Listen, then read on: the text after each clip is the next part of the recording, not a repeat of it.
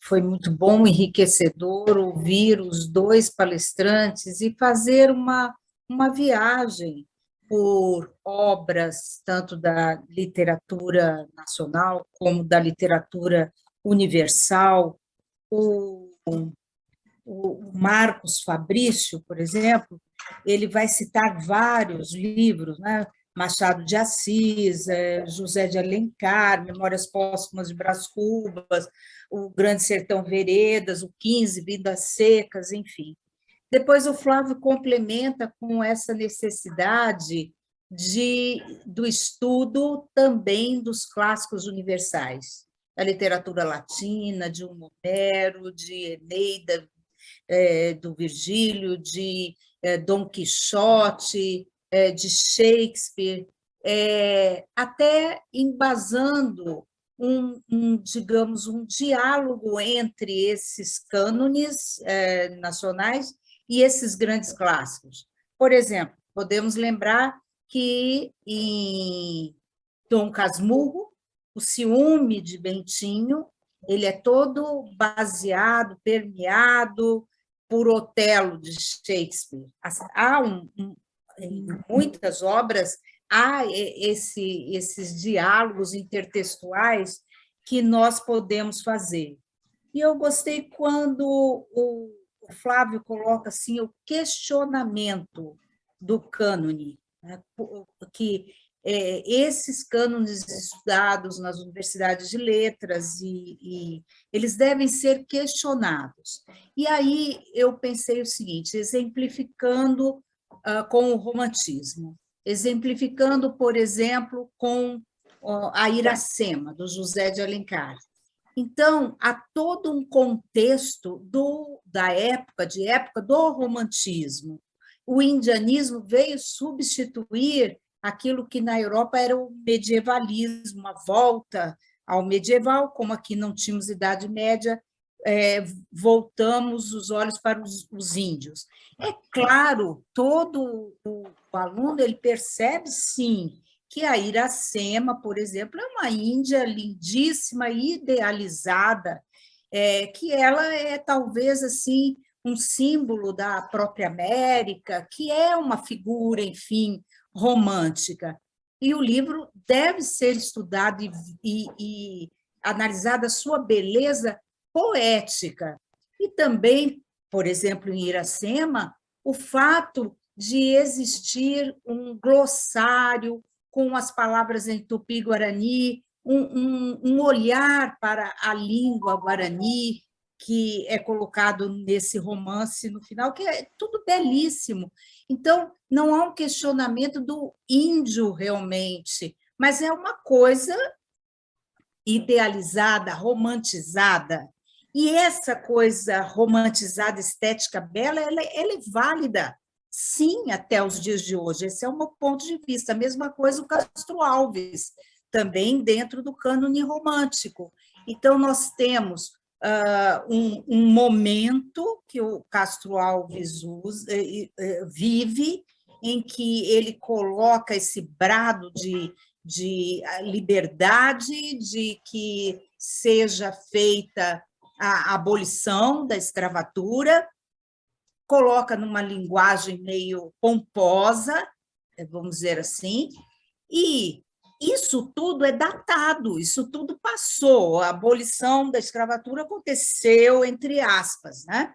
Mas esse brado de liberdade, de indignação que o Castro Alves coloca, até mesmo contra essa pátria que admite que a sua bandeira esteja naqueles navios negreiros, que isso tudo é uma abominação.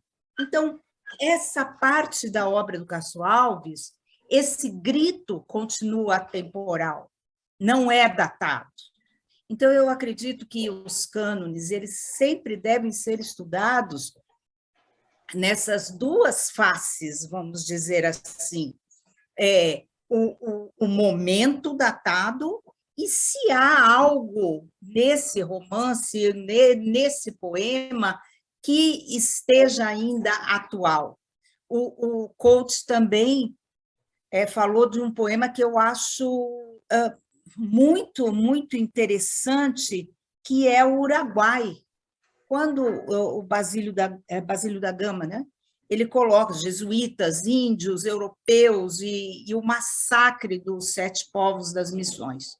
Muito bem, tudo isso é um épico que vai, pela primeira vez, misturar, fazer uma amálgama de todas essas classes sociais e de todos esses personagens daquela época colonial e vai trazer uma coisa assim muito do começo de todos esses conflitos que se arrastam até hoje. Então, esse livro deve ser lido naquele contexto do épico colonialista, do épico que tem como base Homero, Ilíada e outras guerras, vamos dizer assim, outros cânticos de guerra. E esse massacre é atual? O que ele significa hoje, sabe? Então, eu acho assim que o cânone, para concluir, tá? Que o cânone ele tem que ser estudado. Primeiro, no contexto daquela realidade histórica datada, no brado atemporal que existe nessa obra, e na possibilidade do intertexto com os grandes clássicos, porque nós vimos, Uruguai mesmo, então, tem Lusíadas, tem Ilíada, tem uma porção de coisas intertextuais que nós podemos puxar. É claro que tudo isso dependeria de um profissional muitíssimo bem informado, que pudesse retirar todas essas coisas e fazer todos esses passos. Mas eu volto a um ponto dito pelo coach, que foi assim, questionamento dos cânones. E, nesse momento do questionamento, trazer todas as camadas possíveis. É isso, muito obrigada. Obrigado, Raquel. Eu vou passar justamente ao Marcos Fabrício. O Flávio. Era pela ordem, Flávio, mas tudo bem. Olha, eu gostaria de poder responder logo, porque a Raquel levantou algumas coisas. Eu vou usar um exemplo do que ela deu aqui e por que eu acho que essa coisa toda se torna inviável na prática.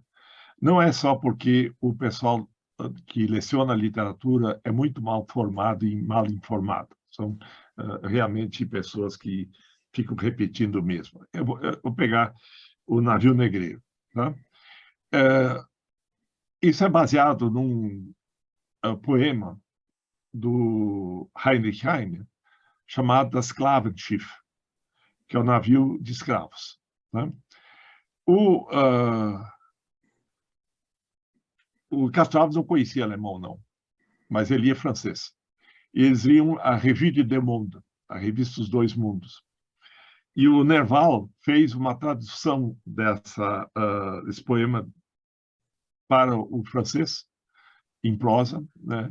E o Castro Alves remetrificou aquilo diferente do original, ele não comparou. Mas Seria um intertexto, né? Mas veja, não adianta querer falar com competência sobre o navio negreiro do Castro Alves, como se faz aqui em todo o Brasil, sem conhecer o texto Heine e sem conhecer o texto Nerval. Tá? E isso não se faz. Mas qual é o problema maior? Vejam bem. Não sei se você sabe, o Heine era primo do Marx, sabe? E os dois estavam lá por volta de 1848 em Paris, os dois exilados da Alemanha, as obras sendo queimadas, né, e tendo que fugir. E o Nerval fez a tradução para o francês, mas qual era a temática por baixo disso?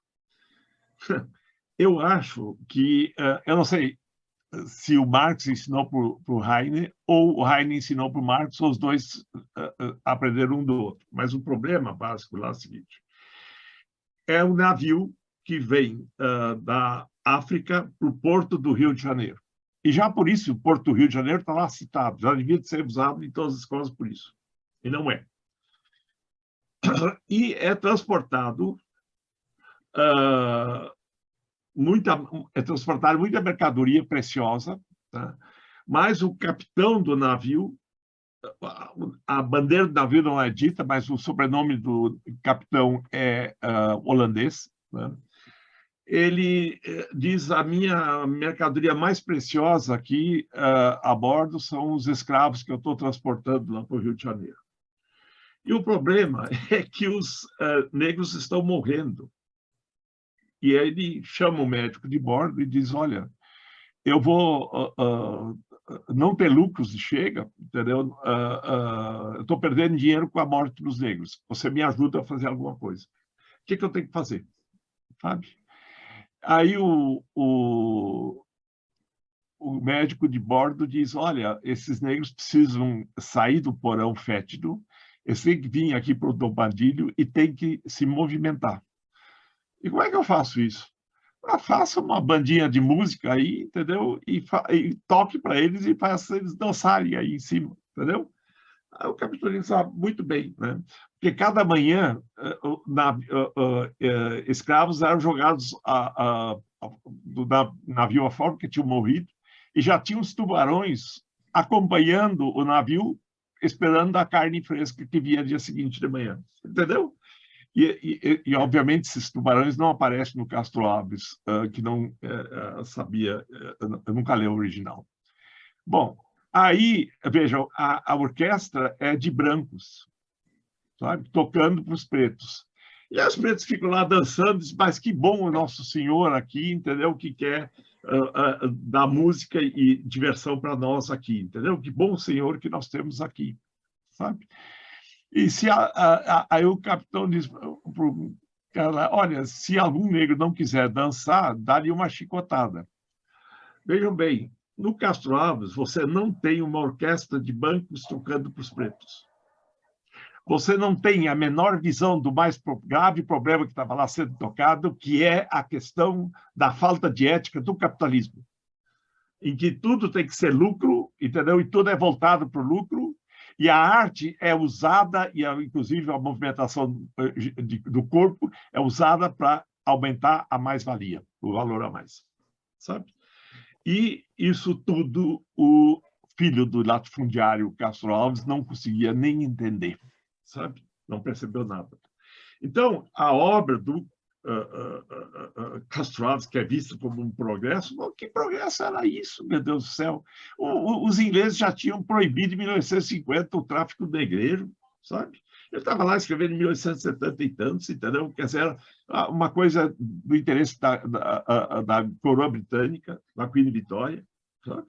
Então, não tem nada de revolucionário, mas ele perdeu as dimensões mais importantes, que eram a questão de você usar a arte para conseguir aumentar a taxa de lucro, fazer diversão para conseguir dominar melhor as pessoas e aumentar os lucros, sabe?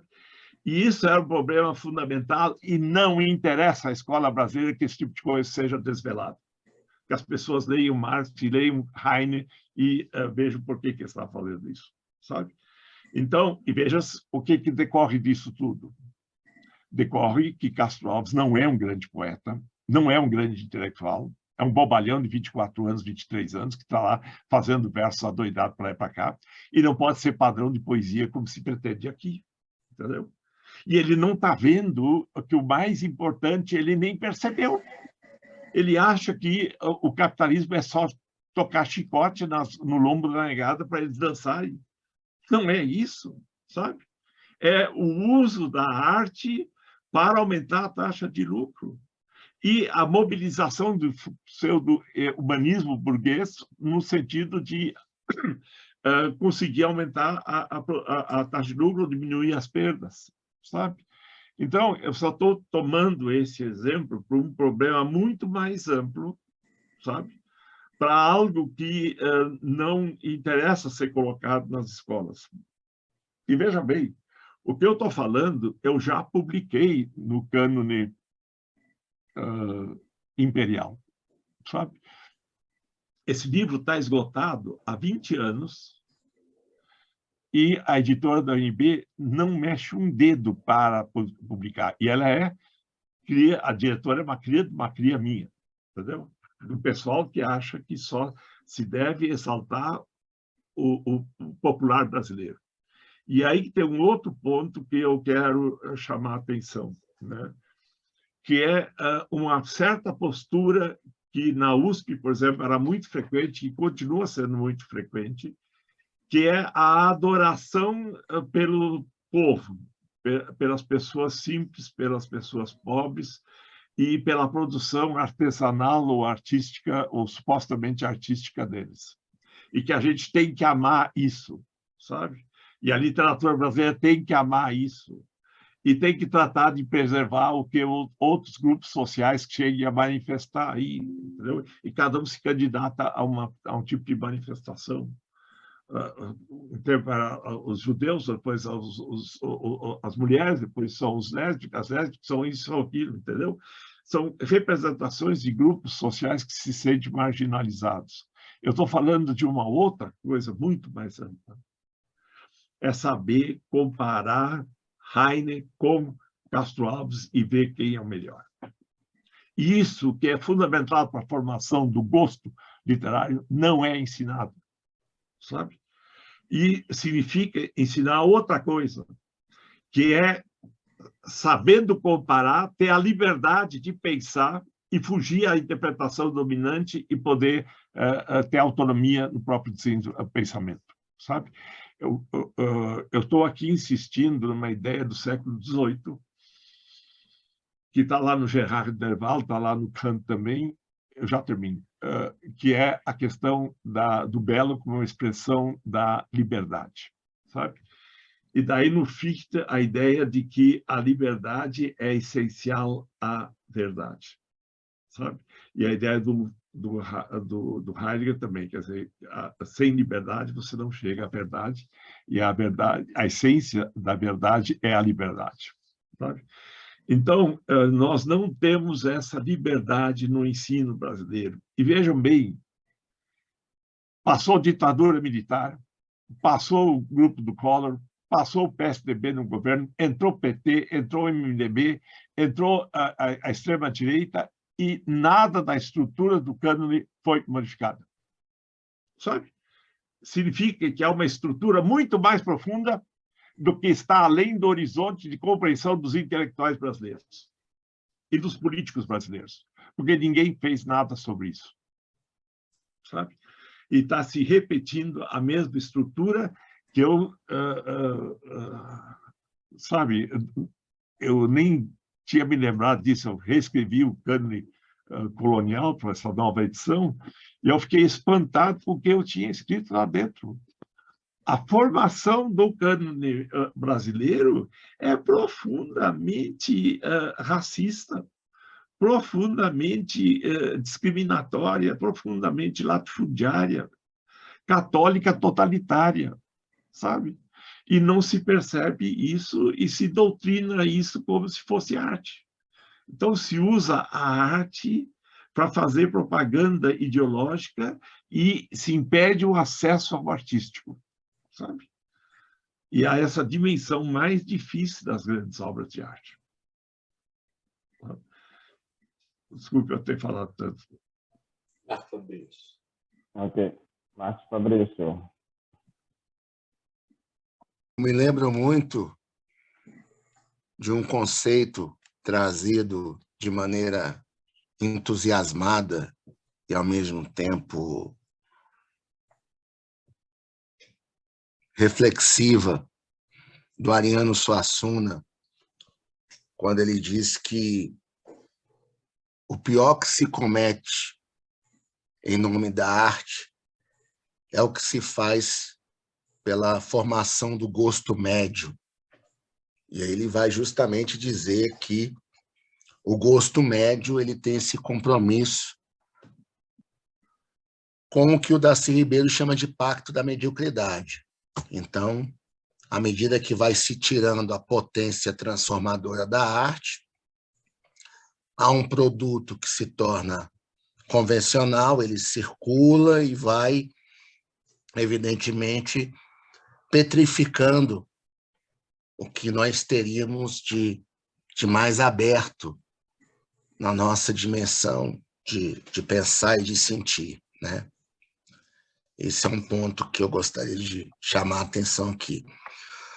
Uma outra coisa que me vem muito como aprendiz de tudo que está acontecendo no mundo é que existe no atual momento da política, uma discussão muito forte entre uma tendência emancipatória de mundo e uma tendência identitária de mundo, né? Como se tudo aquilo que fosse emancipatório tivesse, digamos assim, a sabedoria universal, e tudo aquilo que fosse identitário tivesse apenas o compromisso com o particular, né?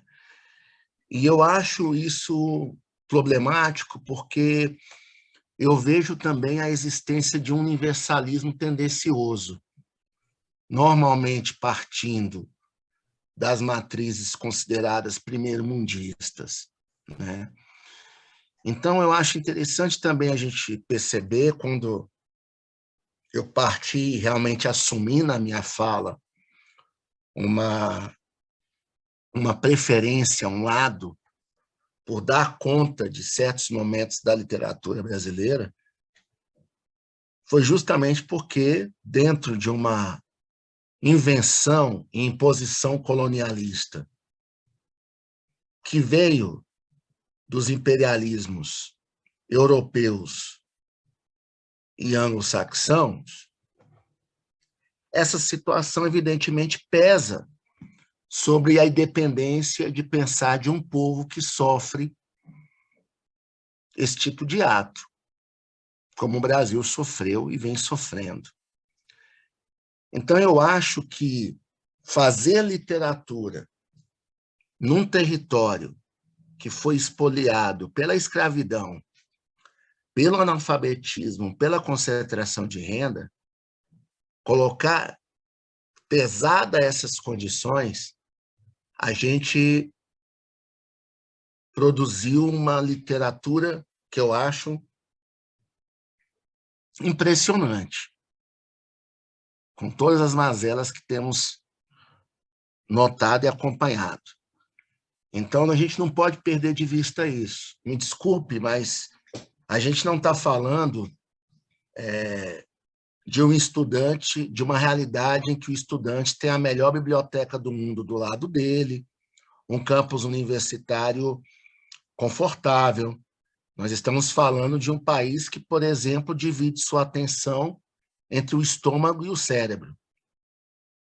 E isso tem que ser colocado na mesa, quando se fala do empenho para se pensar no mundo, para se colocar o mundo em questionamento.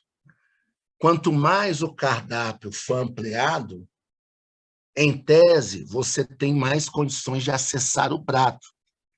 Mas se você não tiver os meios, você pode ter o cardápio ampliado, a sua fome latente e nada acontece a não ser a exposição de uma concentração de recursos. Então, eu falo tudo isso porque, até hoje, a dança brasileira, que foi colocada aqui, a questão da dança, no cenário do poema aí, do Castro Alves e das referências estrangeiras, a dança brasileira é um problema. O drible no futebol brasileiro é algo ainda visto com muita dificuldade. Vocês viram Madrid indo abaixo com a dança de Vini Júnior e Rodrigo pelo Real Madrid? Quer dizer, não é tão fácil interpretar a dança, a ginga, que é não só uma virtude futebolística, mas é também parte da nossa dimensão como escritores. A ironia machadiana é a ginga que ele teve para poder justamente o quê? Transportar toda uma margem de pensamento e sentimento questionador dentro de um contexto onde quem lia literatura, na sua grande maioria, era um estamento senhorial. 84% de analfabetos. Aquela época, segundo o livro Os Leitores de Machado de Assis, de Hélio de Seixas Guimarães. Então, imagina o que é você, como escritor, desenvolver uma leitura, uma literatura, que necessariamente o leitor, ele predominantemente é do estamento dominante. Como propor, eu acho que essa é a grande virada da literatura, é como propor uma outra linguagem para além daquela esperada pelo público hegemônico, pelo público dominante, pelo público que vai ter condição de comprar o livro. Sabe? Essa ginga do escritor, não digo que seja exclusivamente brasileira, mas no Brasil tem uma indicação muito importante, muito necessária, né? Isso a gente precisa notar, né? O que significou, por exemplo, Cidade de Deus, do Paulo Lins, foi dito aqui, em que o heroísmo de um país da exclusão vai mesmo entregar toda a potencialidade, né, aos miserabilizados, né? E, inclusive, num momento em que Paulo Lins claramente vai dizer: onde falha a fala, fala a bala. Quer dizer, num jogo de linguagem, ali sintetizado o nosso drama de violência. E a literatura advogou contra a violência aí. A literatura, portanto, ela consegue ter lado também nas missões edificantes de esclarecimento. E só concluindo aqui sobre Kant, há toda uma toada de pensar favorável ao belo, né? Há situações que alcançam essa dimensão de belo, essa relação belo-liberdade, né? Belo como um máximo de excelência, mas a gente não pode perder de vista, há também literaturas que alcançam o agradável. É um outro patamar digamos assim, é um outro patamar na prateleira do exercício das autorias literárias. Você ter textos agradáveis podem não ser necessariamente belos. Nem tudo é canônico, e a gente está percebendo aqui que existe excelências fora dos livros que são sempre citados e recomendados. Agora, o que a gente puder fazer para ampliar o nosso leque de leitura, esse é um debate muito grande, né? Até que ponto o nosso gosto ele é um mecanismo de voo e até que ponto o nosso gosto nos prende às nossas preferências. O gosto tem esses dois lados. Ele tem um lado libertário, mas ele também tem um lado prisioneiro. E isso a gente precisa exercer uma autocrítica constante. E eu acho que essa autocrítica constante, a literatura tem também um papel muito grande no fornecimento desse exercício de autoexame e de exame do entorno. Obrigado, Marcos, Fabrício. Excelentes as discussões e os apontamentos até agora. Quem mais gostaria? Acho que o Cláudio Ferdinand está pedindo a palavra. Seu microfone está fechado, Cláudio, por favor.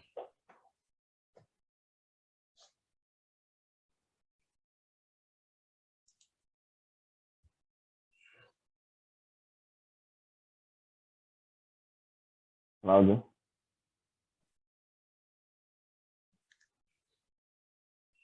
Jorge, você tem como abrir o microfone dele? Não, né? Agora abriu? Abriu. Sim, agora sim, por favor. Tá. Então, é o seguinte, eu acho que de uma síntese deste lado universalista, sem excluir o lado brasileiro do Flávio, e esse lado mais brasileiro, sem excluir o lado universalista do nosso amigo do Marcos Fabrício, dessa síntese, eu acho que é uma coisa bastante ideal, que eu aprendi muito hoje com vocês dois. É isso.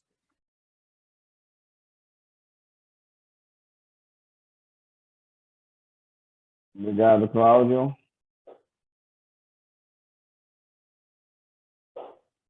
Permite dizer uma coisa? Olha.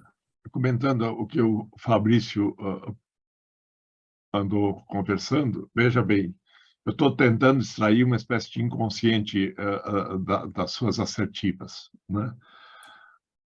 Uma é de que você foi treinado a ver apenas com admiração a ironia machadiana comparando ao drible de Garrincha, sabe? E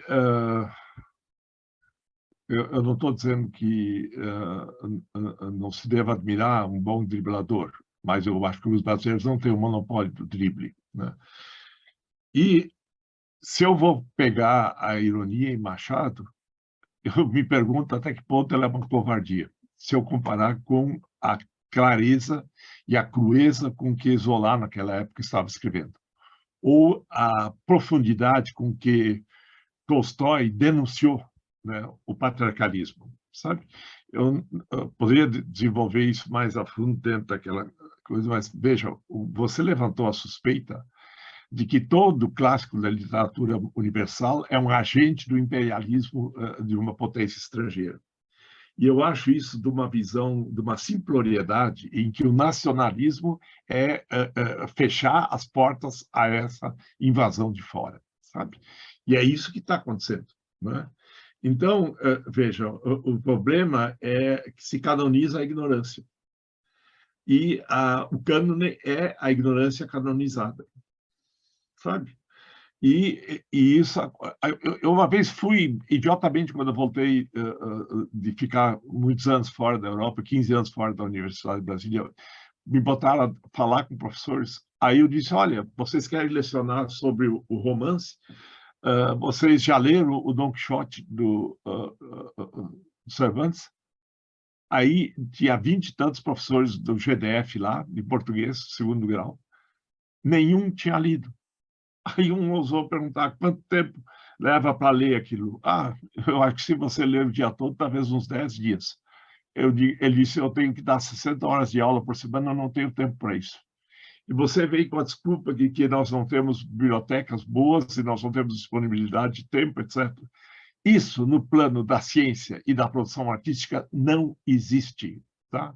Você não pode alegar a pobreza do seu campus universitário, do seu laboratório, para dizer que você tem o direito de fazer coisa menor que os outros já fizeram, muito mais avançado do que a gente. Você tem que saber tanto quanto eles e saber mais.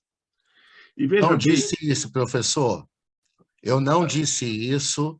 Por bom, favor. É o jeito que eu entendi. Eu não disse isso. Eu tenho profundo respeito à sua pessoa, o senhor não precisa me rebaixar no debate para defender situação divergente ao que eu penso, professor. Por Tá, tudo bem. favor, respeito, Não, professor. deixa eu Respeito, terminar de professor. completar o meu pensamento aqui. Vejam, se você pega uma obra nasceu como Lazarilho de Tormes, né? A gente não sabe quem escreveu aquilo, porque se soubesse, a censura da época, a Inquisição, não teria permitido que ela aparecesse, entendeu? E é melhor as pessoas conhecerem essas obras, sabe? E, veja, não é da política do governo espanhol apresentar isso. Claro que é da política do governo inglês apresentar Shakespeare. É claro que no Shakespeare, veja bem, o aristocrata fala em versos e a pessoa da plebe fala em prosa.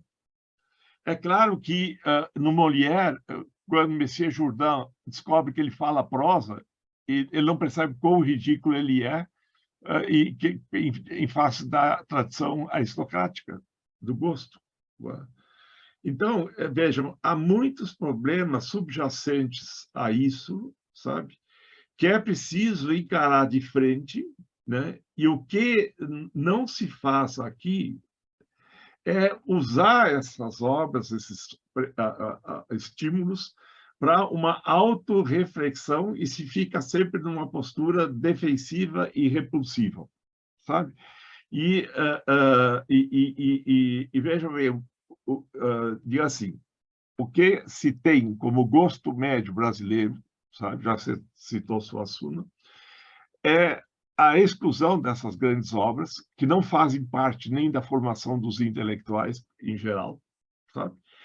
E, com isso, né, você acaba gerando o paradoxo seguinte: as obras que estiverem à altura das grandes produções do passado e contemporâneas, em termos de filosofia e literatura, elas não serão vistas, nem reconhecidas, nem aceitas por esse público de nível e de perfil baixo. Sabe? E o que vai ser aceito é aquilo que não está à altura desse panorama mundial de seleção. Sabe? Então, nós estamos diante de um terrível paradoxo, sabe? Que nós não temos propriamente uma solução. Eu estava querendo só enfatizar que a situação toda é muito mais complexa, muito mais dialética do que os rótulos expõem, sabe? Então, vejam, eu tive um colega que foi um grande driblador. Botaram ele de ponta direita a jogar no Inter de Porto Alegre. Ele jogou dois jogos lá só, porque no final do segundo jogo, um zagueiro quebrou ele pelo meio e ele ficou dando os dribles dele no hospital, entendeu? E nunca mais jogou, sabe? Então, vejam, há vacas sagradas que não podem ser tocadas, sabe? Há coisas que não podem ser ditas e não devem ser ditas. Eu penei como aluno, penei como professor e penei como crítico literário, sabe? E a gente não tem que tomar uma espécie de liberdade interior de repensar os fundamentos, sabe? E não ficar numa defensiva em que alguma coisa que seja estranha seja logo assumida como uma afronta, sabe?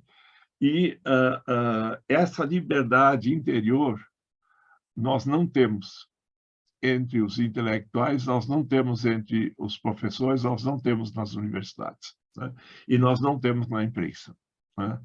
E, então, a nossa necessidade interior de liberdade, de repensar os problemas, não tem espaço público para se propagar, sabe?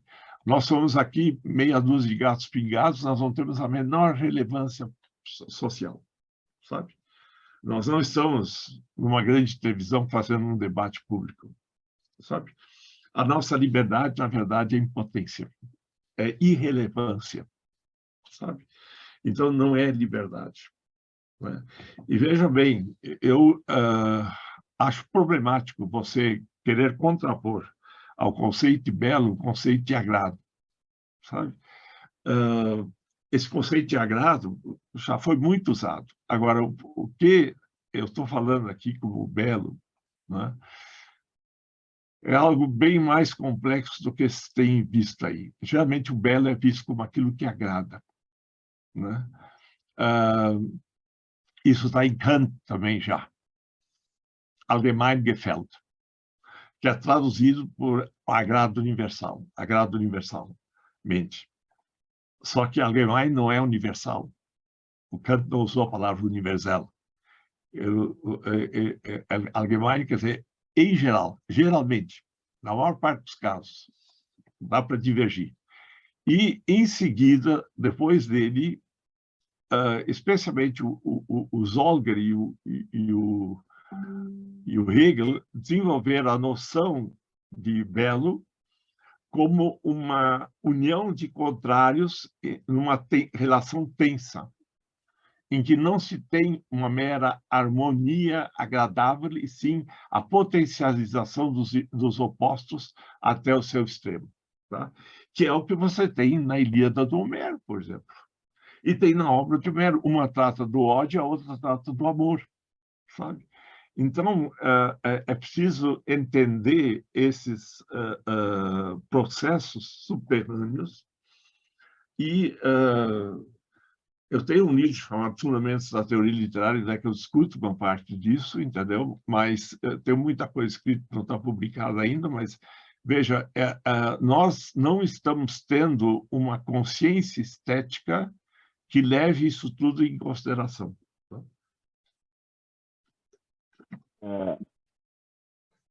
Marcos Fabrício, alguém mais quer fazer alguma pergunta? Temos ainda aí o Aine, Anderson, Roberto, Pori. Não, a gente vai para as considerações finais. Nós já estamos praticamente a 2 horas dessa edição. Está ótimas as discussões, mas em algum momento, com certeza, teremos desdobramento desse encontro hoje, novas discussões. Então, já que não temos perguntas, então vou abrir a palavra, né, aos 2 palestrantes, só para rapidamente fazer as considerações finais, e já adianto o nosso agradecimento em nome da academia aos 2 palestrantes.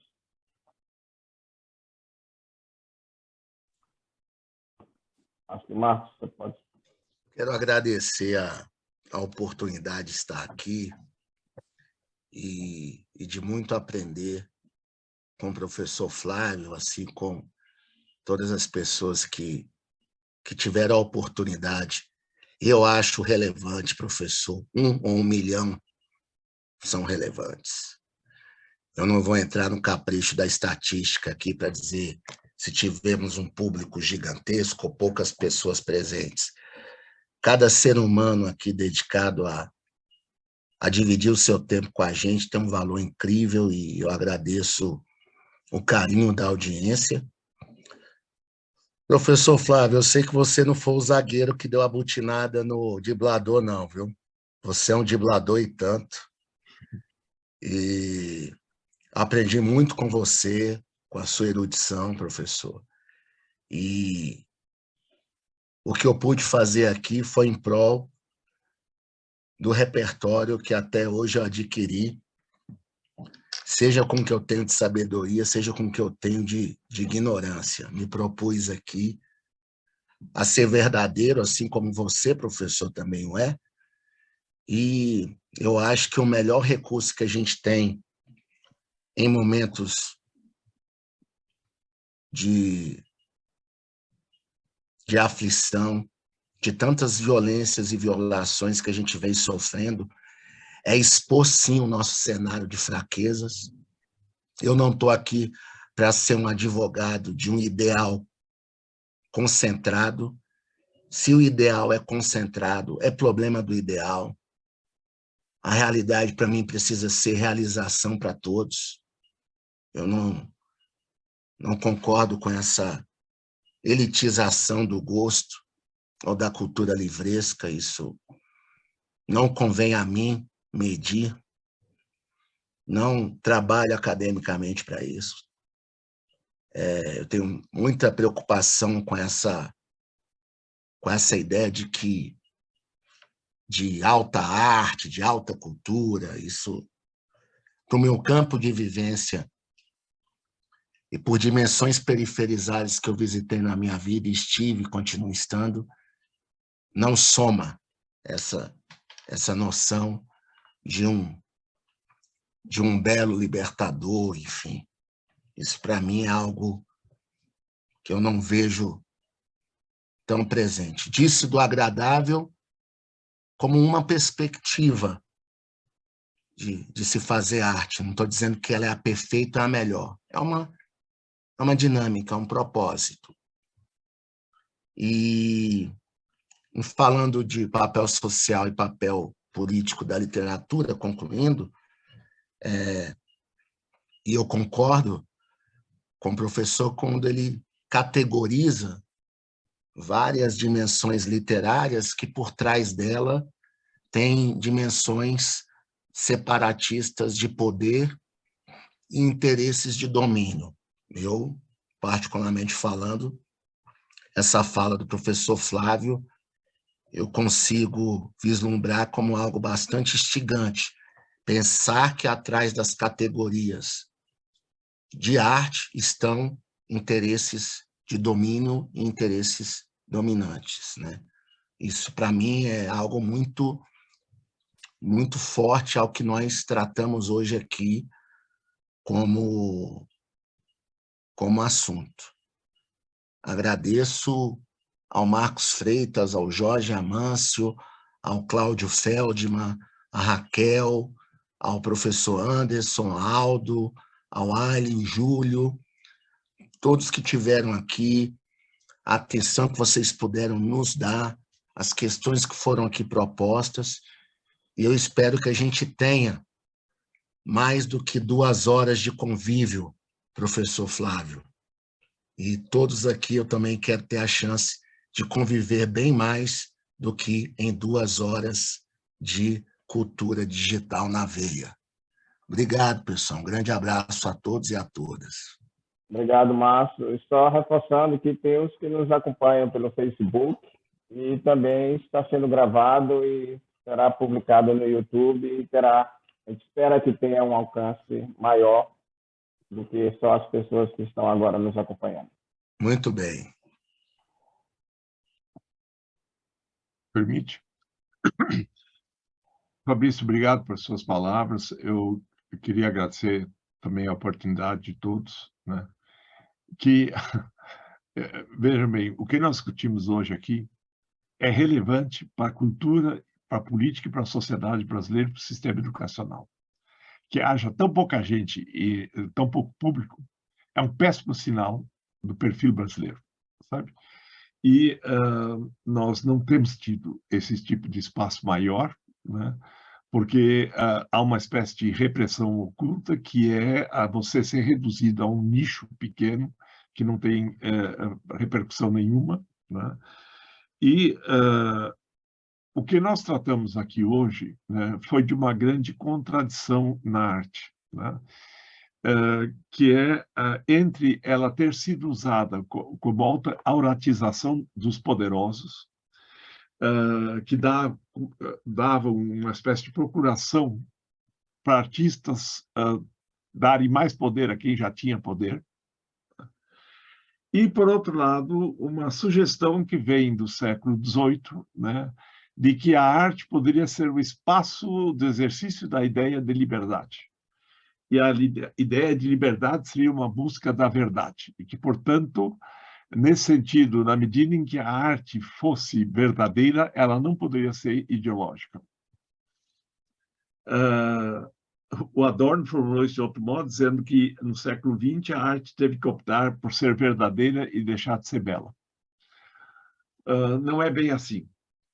a noção de verdade enquanto a captação das contradições e a elaboração dessas contradições até as suas últimas consequências caracteriza as grandes obras. E o Don Quixote fez isso, as tragédias de Shakespeare fizeram isso, a Ilíada fez isso, né? A Eneida não. A Eneida é uma peça ideológica do Estado, entendeu? Nós temos que distinguir entre a utilização de elementos ideológicos em obras e aquele momento em que as grandes obras vão mais adiante do que essa auratização do poder da ideologia que as representa. E, nesse sentido, veja, se exige um enorme esforço mental e vivencial para conseguir sentir isso dentro das grandes obras, e só assim é que há um crescimento. E eu sei que há uma tendência muito mais fácil, que é muito representada por aí, que é a louvação do baixo pelo baixo. Quer dizer, que não se reconhece como baixo porque se vê como mais elevado. E, por baixo disso, existe uma tendência que eu rotularia, entre aspas, aqui de cristã, né? Que está lá no Sermão da Montanha do Cristo, né? Em que nós temos, na visão do Nietzsche, por exemplo, uma espécie de ética antitética à ética do patriciado romano. E que, veja bem, não valorize em nenhum momento um cara inteligente, um cara criativo, um herói épico, que muda a história de um povo. Tá? Então, veja, seria preciso poder examinar, diga assim, esse perfil ético como algo determinado historicamente para contrapor a outras éticas possíveis. Tá? E é preciso ver esses fundamentos e poder elaborá-los mais a fundo, sabe? Eu vou dar um exemplo besta, mas só para terminar. Tem um conto do Guimarães Rosa chamado Terceira Margem do Rio. E aí todo mundo fica maravilhado, ó, margem direita, margem esquerda, e a terceira margem é que fica em cima, e o pessoal vai lá com a canoa e fica lá, o pai fica recebendo comida do filho, e o que ele diz dessa sua retirada do mundo? Não diz nada, não chega a uma grande fala. Ao contrário dos grandes personagens de Shakespeare nos seus momentos decisivos. Mas de onde é que veio essa terceira margem? Bem, está lá no Zaratustra, do Nietzsche, né? Geralmente os professores de literatura brasileira não sabem isso, porque eles nunca leram. Mas o que é importante no Nietzsche? É a terceira margem? Não, é a quarta, que fica embaixo, que sustenta tudo. E essa precisa ser vista, sabe? Se eu fui muito enfático hoje, e eu peço desculpas por isso, é porque, diga assim, apesar de velho, esses problemas ainda me afetam, sabe? E eu vi eles afetarem a vida de pessoas, sabe? Por exemplo, essa noção da arte como polemos, pantheos, era do Ângelo Ricci. O polemos é a união dos contrários. A grande obra tem isso, né? E, ao mesmo tempo, mantém em diálogo aquilo que quer explodir um contra o outro, sabe? Então, nós só começamos a vislumbrar alguns dos problemas que estão subjacentes a isso, entendeu? E, realmente, a gente não tem condições de resolver isso aí tudo em 2 horas, e, no fundo, são problemas que não têm solução propriamente. A gente só pode fazer o esforço de pensar os problemas a partir de seus fundamentos. Tá? Obrigado.